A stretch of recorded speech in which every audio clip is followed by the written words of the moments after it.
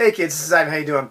I'm pretty excited. This Monday, the 30th of October, as far as I know, I'm going to be doing a live Hangouts with Questwise, and I think his channel is going to be hosting that.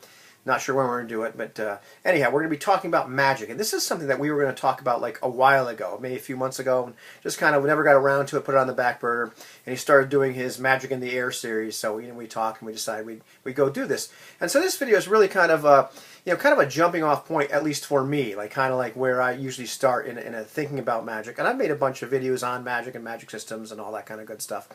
However, I wanted to tackle it from this particular point, and I think this just is good for a standalone video. Period. Here's the deal with magic, and when I say magic, I'm gonna lump in like all the other like psionic, psychic, weird powers. You know what I'm talking about. They require some kind of boundary in order to keep them under control. And it's this kind of delicate balancing act, this tightrope act, which I think is really fascinating, and it's something that's kind of plagued role-playing game design for years. And people all have their favorite magic systems. But just kind of backing up a little bit, in a role-playing game, a lot of the things that you're going to do or experience or whatever, they're things that people can normally do. So it's pretty easy to write rules to cover things, in terms of like anything that a human being can physically do. All the social skills get a little bit more complex, in terms of like how you want to adjudicate them and whatnot. But it's not that hard to come up with some kind of like, how good are you at this? How naturally good are you at this? What, do you have a skill? And the other things that that you might encounter in a role-playing game in terms of like objects, it's pretty easy to figure out, based on available data, how cars work, how guns work, and then you can kind of extrapolate from that. And if you play like a futuristic game, you can kind of take like how airplanes work and kind of shoehorn that into like how spaceships work, how ray guns work, all that kind of stuff. So it's that's kind of the easy part of the rules, and I don't want to minimize it because there's various different systems that handle just that.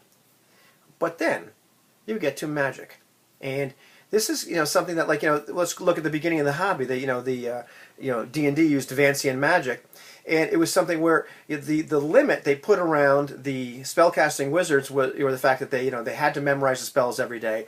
They had to. It was like fire and forget, and also you started out relatively weak power wise, and you progressed amongst the level up the levels and then got more and more spells.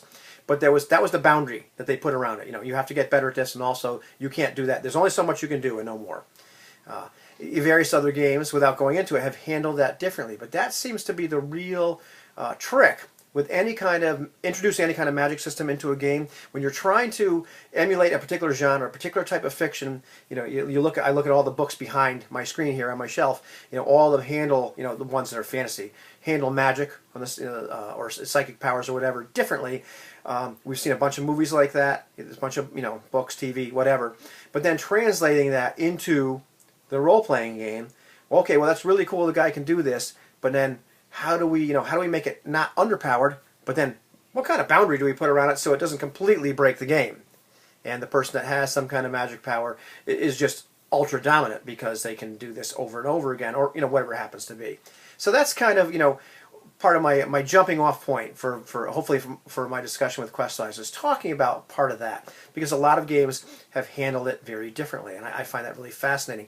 How these various game designers have chosen to skin that cat, what levels of success they've had, what the advantages and the drawbacks of all these various approaches are. So that's it. And give me your opinion on this. If you have some favorite magic systems or some least favorite magic systems, go ahead and comment on them. But tell me why. Tell me what it is about them that you like or don't like.